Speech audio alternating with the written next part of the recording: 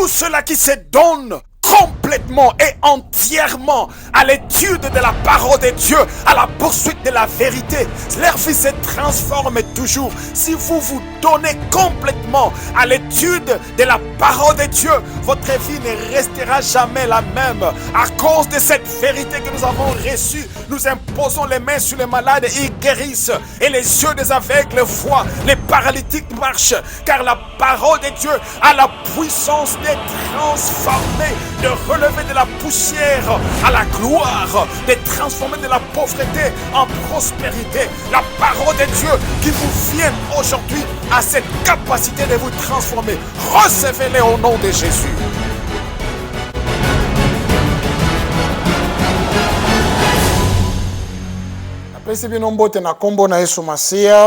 Je me présente, Dr Paul Dembo. Naye ko partager liloba na nzambe na bino lelo na kombo na Yesu enana kondima ke nzambe ana mabongisi ya kitoko pona biso apa tanto tanga na Biblia na mukanda ya Hébreu chapitre 11 verset 1er zolobake la foi c'est une ferme assurance des choses qu'on espère et une démonstration de celles qu'on ne voit pas. La foi est une ferme assurance des choses qu'on espère et une démonstration de celles qu'on ne voit pas. Or, la définition des choses qu'on espère, de l'espérance, c'est l'attente d'un bien qu'on désire. Dans la mathématique, je vais vous donner juste quelques définitions. On appelle ça une définition. Dans la mathématique, tout le temps que distance entre deux points est la première dimension. On est la géométrie. Et aux agas la longueur, aux la largeur, ou aux la hauteur. Du temps où on a la longueur, la largeur et la hauteur seulement, on a une dimension. Mais si on a la longueur, la largeur est sur deux dimensions. Donc, par exemple, écran, oyo, il a deux dimensions. Si on a commis le cola, aussi deux dimensions, kangisi le colo, kangisi et puis sur trois dimensions. Par exemple, boîte, il a trois dimensions. Ndaku, il a trois dimensions. Yomutu, on a trois dimensions. Sapato, on a trois dimensions. Yango, on a mesure. On a numéro 8, numéro 9, numéro 10, numéro 7. Donc, on a dimension. Et là, on a mesuré les dimensions. Mais on a mesuré au-delà, il y a trois dimensions. Donc, première, deuxième et troisième dimension, il y a des dimensions où on peut mesurer. Mais quatrième dimension, on peut mesurer en côté. Quand na biso batu makanis na biso parce que l'homme a un esprit, a une âme et puis a vivre na nzoto. Alors toza ba esprit. Donc ngande naza esprit, naza na âme et puis nazo vivre na nzoto. Na corps nanga na 5 sens. Hein, vie ba sens est à 5. Na âme est composé na 3. Âme ezali volonté, ezali pensée, volonté, pensée, na émotion. On est à âme. Parce que ba pensée na yo, et ça, et l'autre on zamba pesi yo, na bumutu na yo po emema yo, au-delà, il y a ba dimension où est naturelle. Pensée na yo, est au-delà de la troisième dimension. Na pensée, on va voyager. Ne oza esiko zawana, on va kanisa, on mi kanisi ba mona ville moko kenda kala. On peut facilement voyager dans ma canis. Et puis, ozongi. Na Londres, na minute, mais si on a bien mis monde na Paris, siko, na canis, na Paris, na Tour Eiffel, na mis monde na Paris, na Tour Eiffel, et puis na zongi. Na mis monde na États-Unis, siko, na mis monde na ndaku, na kangi misu na par exemple, na zo monde na ndaku ya leki na États-Unis. Na zo monde na entrée principale, na mone sika bachaka baboite ya lettres za libanda na mona na kati ya ndaku na mona na sima ndaku na zo mona esika babomba ka biloko na sima ndaku na mona banzete babambu eza tongoma. Je peux facilement voyager dans ma kanisi. OK, pour zongi. Maintenant tes pensées ezali eloko moko munene nzamba pesa yo non seulement pour okanisa mais o utiliser ma kanisi na yo pour na ko sala makambo o ko sala na bumutu na ndenge normalité. Pourquoi j'ai dit ça? Bilozolo banabiso na mukanda Joël dans le dernier temps, nzamba bia ko sopomo limone likolo ya batu nyonso. alobi bana na bino bakomona ba vision bakosakola babilenge bakomona ba vision bampaka bakolota bandoto. Amen. Mais non, tangu molimo mwa santo aye obandi kolota obandi komona ba vision. Or vision erouta na deux sources. Vision eza nzamba ko pesa ngo pa na yo pona kolakisa makambu, tout comme makanisi na yo ko bota vision. Amen. Siko soki nzamba pesi yo po alakisa bibomba mi o comprendre que ça likabo na nzambe omoni. Mais yo moko na mutu na makanisi na yo baniko okoki ozana capacité ya ko imaginer makambu. Tango baniko imaginer yango, tango zo imaginer ngo nzamba zo mona makanisi na yo. Et bilo zo ba ke nzamba za capable de repérer biso au-delà de ce que nous pensons ou demandons. Amen, Éphésiens. Donc Dieu nous donne pas seulement ce que nous demandons, mais nzamba zo pesa biso pe auto zo kokanisa. Tango zo kanisa, nzamba zo mona makanisi na yo et aza capable de kopesa yo oyo zo kanisa. Aza capable de repérer ozo kanisa. Alors, la quatrième dimension maintenant, est la dimension autant au kangi mis sous la présence nzambe, obandi ko mona. Et oyo zo mona nzamba zo mona. Si manango oyebisi nzambe oyo zo mona, nzamba capable ko kutana na yo na vision na yo et puis ko pesa yo oyo yo kanisi. Bible zoloba na Genèse 11. Tangu bana na bato, banga batonga tour ya Babel. Nzamba atali bango na lola, atali musala ba osala, alobi rien. So na tiki bango, so to tiki bango batonga tour oyo na vilo ba luko tonga. Le fait que bazana bu moko, ezane loko moko te o bako kanisa ko sala o eko chouer bango. O bako kanisa, o bako imaginer ko sala o eko chouer bango. Imagination eza force. On nzamba pesi biso pona ko créer. Utiliser imagination pour créer. Pour créer pour changer bon mo na yo moko. Pour créer pour changer misala na yo moko. Pour créer pour changer famille na yo. Pour créer pour changer futur na yo. Ozana makoki on a parce que nzamba pesio makanisi, a pesio imagination. Amen. La foi c'est une ferme assurance des choses qu'on espère. L'espérance là, c'est là où il y a tes pensées dans l'espérance. C'est là où il y a l'attente de bien que vous désirez. Et une démonstration de celle qu'on ne voit pas. Hébreux 11, verset 1. Démontre ce qu'on ne voit pas dans les naturels. Mais yo monango na molimo. Monango na molimo. Monango na makanisi na yo. Ce qu'on est capable de sans la expérience, je te garantis, vie na yo et qu'on change pour toujours au nom de Jésus. Tant on a qui nous elenge, je suis toujours jeune bien sûr, mais na pas ça témoin tant on a nous vraiment na outil na ba teenage time. Na aussi sa classe, na eu diplôme d'état et tant on a 13 ans. Na kima classe, na deuxième secondaire, na kimi classe na ken aéroport ya Njili à Kinshasa. Na ke natala nde ba avion ezo kite zo mata na ndako bebi ke na ke classe ndo wana kima na classe na ke na aéroport na fandi na aéroport Sabena avion ya Sabene kiti tango avion Sabene kiti na moni avion munene kitoko na sepeli na bi nzambe o ka yonga na voyager na otana ke poto. J'avais 13 ans âge à 13 ans na bi na okeka na avion oyo. Soki ote moko ya bavion en compagnie o yaonde memanga na poto à 13 ans. Tana komi 14 ans na bandi ko se renseigner ndeni na ko passeport. Batu ba sekanga. Yozo luka passeport pour ça na ngonini. Ozana kat mwana mukebwe. Ngana oke poto so na 6 classe. Poto ba kenda gabwe parce que na famille na biso mutakenda poto azate et puis toi pe na ba mvua mate. Toi na ba tombongo te na famille o to ko lo ba ke bon. Ngana na mbongo te mais papa kulutu na biso be noko ou bien grand frère non il y avait personne biso no so babola mais nazo rêvé d'un musika à 13 ans 14 ans d'abando ça ba démarche ko se renseigner mais bisinga bosana mamba passeport no zo ngote compliqué effectivement ça va compliqué na Zaïre que zo passeport ba bisanga il faut na casier judiciaire il faut ba condition qui tellement belle na tchaona non panzi na 6 classe dans la 6e des humanités na eu diplôme na bando voyager na ke Angola zongi après wana neko décider bon ngonge koki mais nzamba fongoli poto lena longwa kin na ya poto nzamba fongoli poto na longwa Kinshasa na kete na Kisangani. Donc imaginez vision na ngeza na ke poto mais nzamba fongoli nzana na kete na Kisangani. Tolonge Kinshasa Toaki misato, ngai pasteur Joël na frère François, aki diacre na église.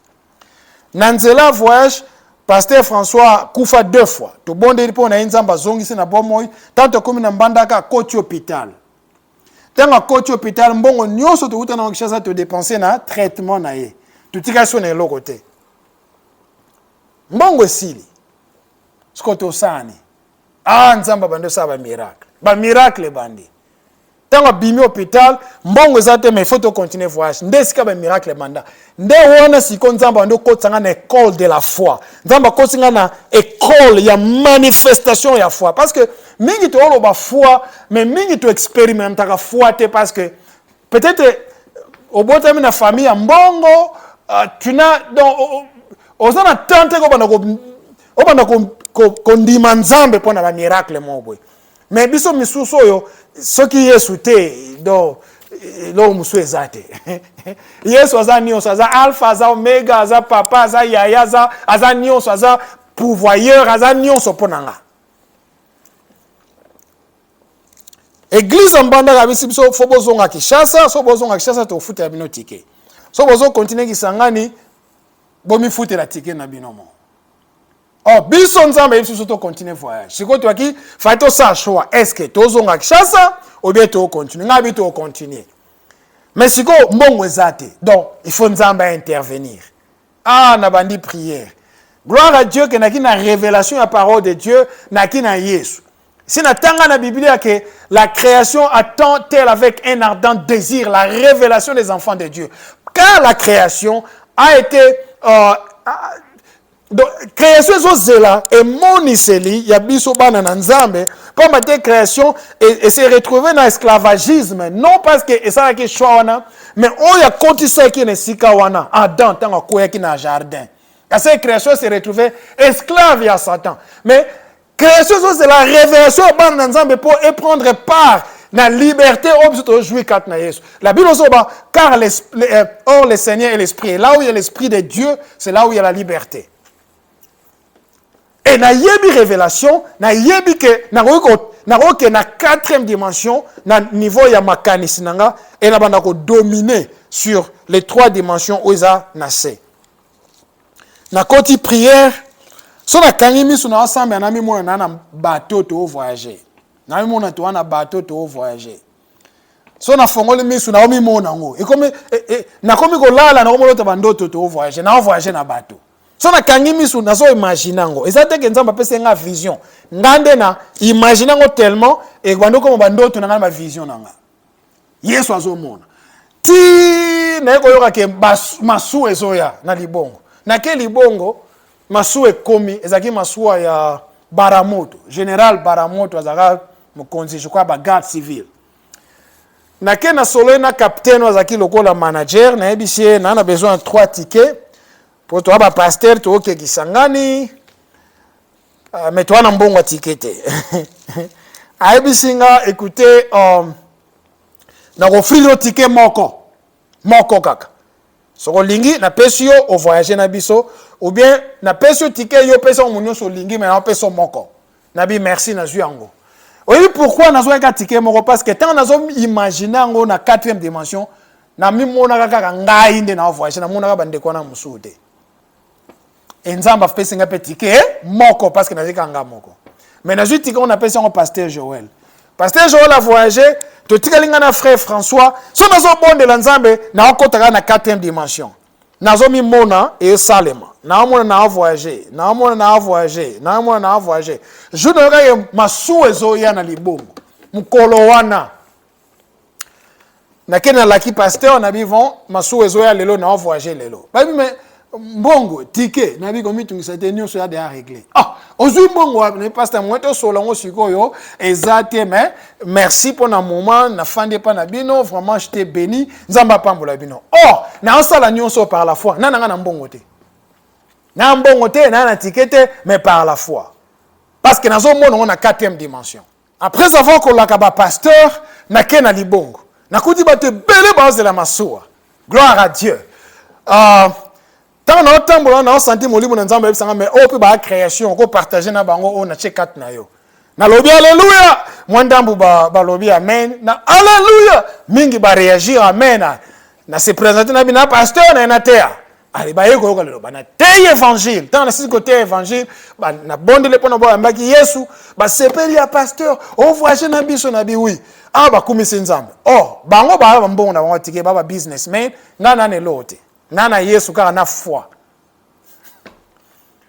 Masua eye telemi, tango telemi ba che passerelle, ba to ba kiti, ba to mata, manager na bi muta matate. Toye sabino quand est-ce que vous mata tant le bonga na bando mata abina lobi muta mata te na o mata kaka na o ya abina na lobi muta mata te toye bisabino na komitika saki na bina yoka ki tant lobi mba liboso mais legisanga abina na legiso pourquoi na muta mata na bi to solango après legisanga na atuninga me di oza soda na bi to solola sima legisanga atemi mpanzi na leki na mati masua abi yeka ka mutu musute obi pourquoi na mati masua wana passe na ngana niata bilo obi ke sika no so matambe na yo niati et pesa melio gloire à Dieu na mati na ke na niati on ebisi masua na mwana nzambe eza révélation na ngande bandeko zela donné na niati obo yozo memanga na bumba na kombo na Yesu basali malamna wana basala siko leki moyeba no foot sambongo na minute wana po batba mata ezate entre temps na yebisa capitaine na mbongo te fona voyage habité so mbongo ya te kita na yebisa pasteur yebisa bon foot aka katikati na yebisa to sola sima na fandi moyeba kongola mbongo ezate leki ba isi batu bo mata to kongola mbongo sima to bana non voyage batu ba mati sans que ba foot sa ticket gloire à Dieu on nous sommes abongisi na nzambe. Parce que ero na de kongola mbongo baba tunanga wapi ayo tike but neso ba mati to bandi voyage ngana na mbongo te voyage bandi butu wana to lali na libanda na ba masua wana ya nini ya condition moko misérable mbule beti na butu to souffrir na tongo nango manager bando kongola mbongo aye bat bazo futa apesa batika comme pananga abi oh yo lobita na ndolo ba muta matate ozaki teti olingo matarara nebise ya kinga abi musano sala gezani ni finalement nebise na pasteur abi pasteur yo futa te okendo fele apesi nga tike ofele a continuer ko kongola mbongo po batu mususu na senga ete na bondela ete apesi nga tike tango asisi ko kongola mbongo azonge pa na abi pasteur kanga bisaka na yo yaka wapi ngona lakisi atomboli valise nanga ameminga ti na chambre aye abi wa ki chambre nanga na tike liyo voyage nyonso yo tito ko misiko okita ezana mbeto matela moustiquaire bilo nyonso glory na kumi sanzam na sieste na tongwana na lali tana lala beba beti porte pasteur nabi oui pasteur désolé ko déranger mais ti essaie bela ki me mweto melezate parce que yo zate doto zelaka yo ya obondela comme ça to déjeuner tata nzambi kumazulu haleluya oyebi babatona fo milambela fo miliesa fo sa nyonso ngana matema suwa kande na zaaki par la foi na kote na quatrième dimension na dominant na imaginer na posséder nzambe ando fongo la porte na bimi na ke na bondele po na déjeuner na zongi na ke opema après na tuni bango so na kote ya babi oza na permission na bongo na masuwe comme église to bando kana la prière bat babo na magicien mo bongo na motema na kacher akina nguma munene nguma na linga ke che mutu to prier nguma na kufa nzamba bando sala nzela masuwa do et comme église tangu to komi na bumba capitaine atinda masango kenake obonde la pone na kepe na bonde le pona capitaine mais imaginez na futa mbongo te e bandaka par la foi tanto komi na bumba na okita capitaine abenginga na nini na ye na cabine apesi nga enveloppe même capitaine abisenga fo futa tana komi yene mtapesi nga siko enveloppe baka tana enveloppe kilo mbongo ebele na kati. Ah, merci moto na nzambe. Na kiti na se, nzoka ba business nyonso, ba homme d'affaires nyonso, ba gina masuwa, ba Congo la kinga déjà offrande, nga na ebi na ngate. Tant na kita pasteur, merci vraiment to sali voyage mo kitoko, vraiment présence na yo sali biso de malamu, mo enveloppe na biso yango. Na mo ba contribution na biso to sangisa ki yango ba pesinga ba nini, ba savon, ba mafuta, mbongo. Donc na kita masuwa wana riche. Na mataki yango pauvre, na kiti riche parce que na mataki na Yesu par la foi. Na futa tikete, na zui mbongo, na zui biloko, na zui biloko kolia ba mafuta, ba savon parce que tangu ozo ko appliquer quatrième dimension na bomo na yo par la foi et salaka. Donc obanda mbandaka tangu mbongo silaka na bandisi ko opérer par la foi. Kobanda mbandaka na Zaire mbandaka tina koma poto nafuta tikete. Nafuta tikete nzamba so contrôle na nyonso. Visa na sala interview te, na so visa ofele. Avion nafuta tikete avion te na mbata avion ofele. Na hivi kozo mitu me pasta ndeni na ko expliquer yo. Mais so continue kotala yana esika mona pesi mwana zana o film zolanda moi explication mukeza ali mais je veux te dire que nzamba pesi biso la parole de Dieu, apesi biso le Saint-Esprit, apesi biso nguya na ye, to utiliser o pona ko manifester makambo. Ozo luka libala.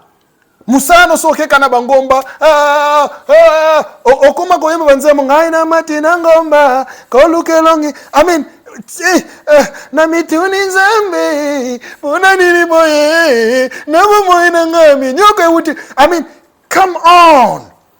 Bima na dimension wana ya kolela, kote na dimension ya ko créer.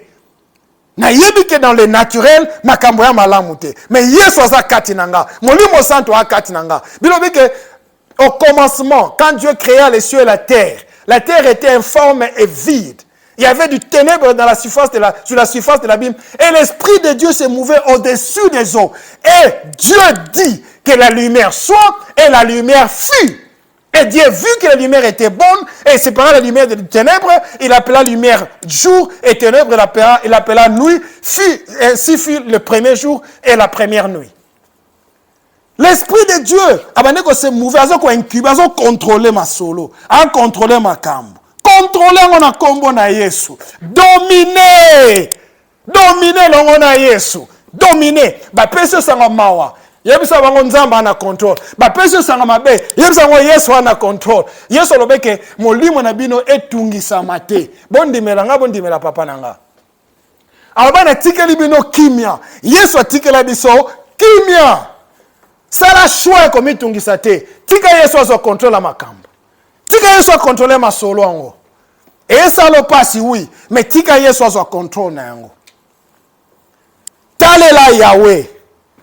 Balobi famille ona babala kate loba yoko bala na kombo na Yesu. Tango fuka mili boso na nzambo kangi misu. Komi mona célibataire te. Mi mona so bali. Mi mona bali. Mimono bali reprosatara babrose pepe. Babina famille na babota kate yoko bota na kombo na Yesu. Tango kangi misu mimona komi mama. Oh docteur hôpital na keneko sala examen déjà ba année le kebele depuis na bali na ozoaze imité aucun hôpital au sala examen balobi que non oza stérile. Wana docteur mtalobi mais Yesu alobi oza stérile te. Ndima rapport ya Yesu kondima rapport à docteur te. Docteur na yoko lobi c'est terrible mais comme itungisa te docteur na ozonga na hôpital obino boko edenga ko bota pona ko bota. Okobota ndi na stérile na ko bota. Tango kangi misu boso na nzambe tota na 4e dimension. Mimona oza mama rapro santa. Mimona zuizemi. Mimona ozo sakana na bana na ona park. Mimona ozo lesa moi bébé na yo. Mimona na dimension wana.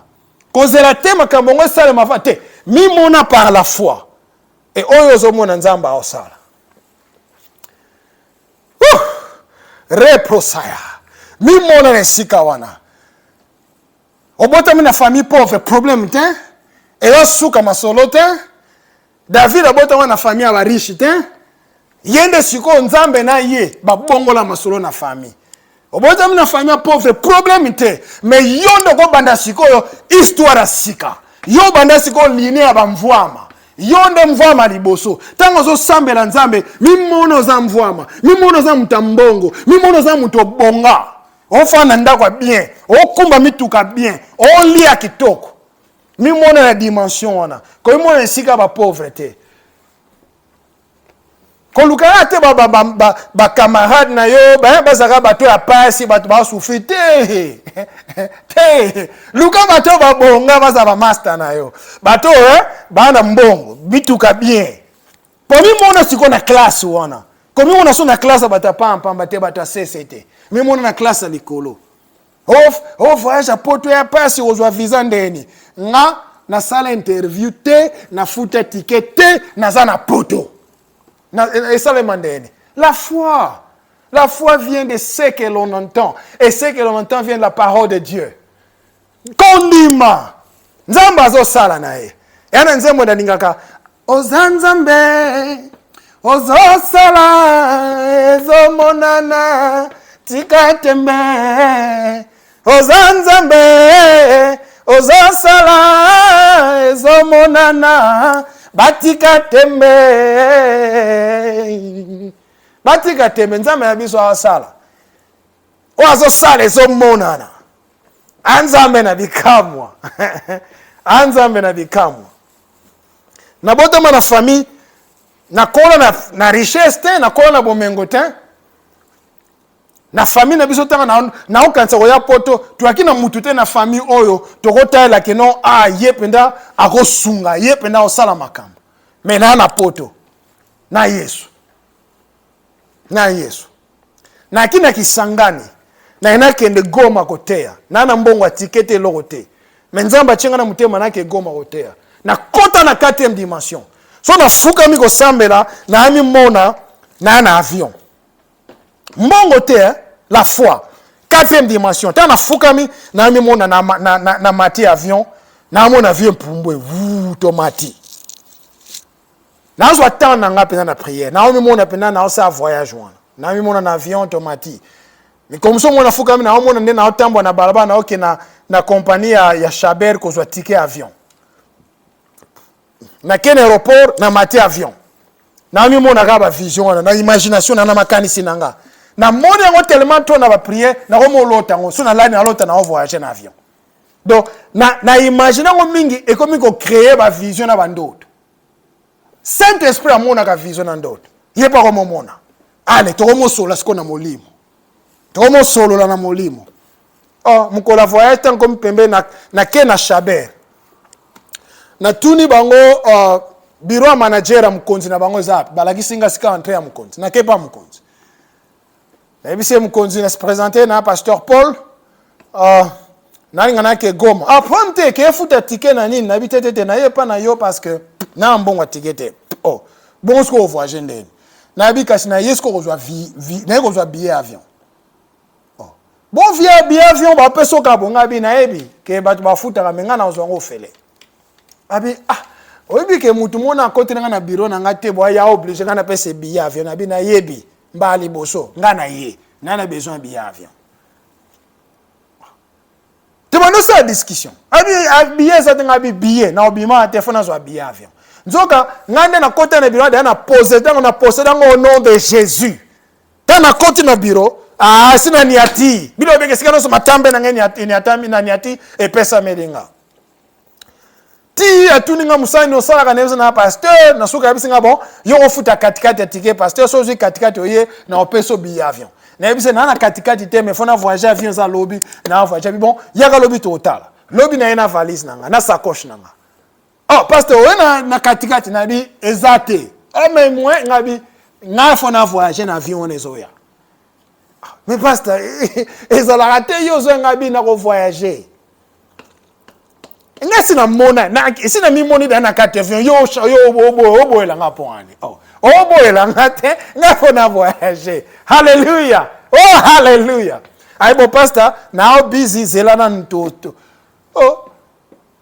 ngonge koki batu ba voyager batu ba futa ba ticket ba matina na minibus na bango ba meba on aéroport nga na matina na voiture na personnel tanga bande kumba na binzambe yango makambo yango déjà ko tuyemo mkonza kumba na karna na o mata avion wana toke aéroport a kumbi mutu katina tarmac a ebisi pilote mutu ko utaka Afrique du Sud abi écoutez na pasteur oyo azolinga voyager ana biete babi amata to na tante to pressé amata to okende obi kabaluga ebisinga obi koza na mutu na nzamba na ana ebisaka na ebisa yote mais nabi merci nazi valise nanga bye na matin avion bato bafuti tike bazana libanda nga na futi te na mati mutaliboso la foi tango bato ba mati puto pumbwe goma na gete évangile soko zana kondima o imagine yango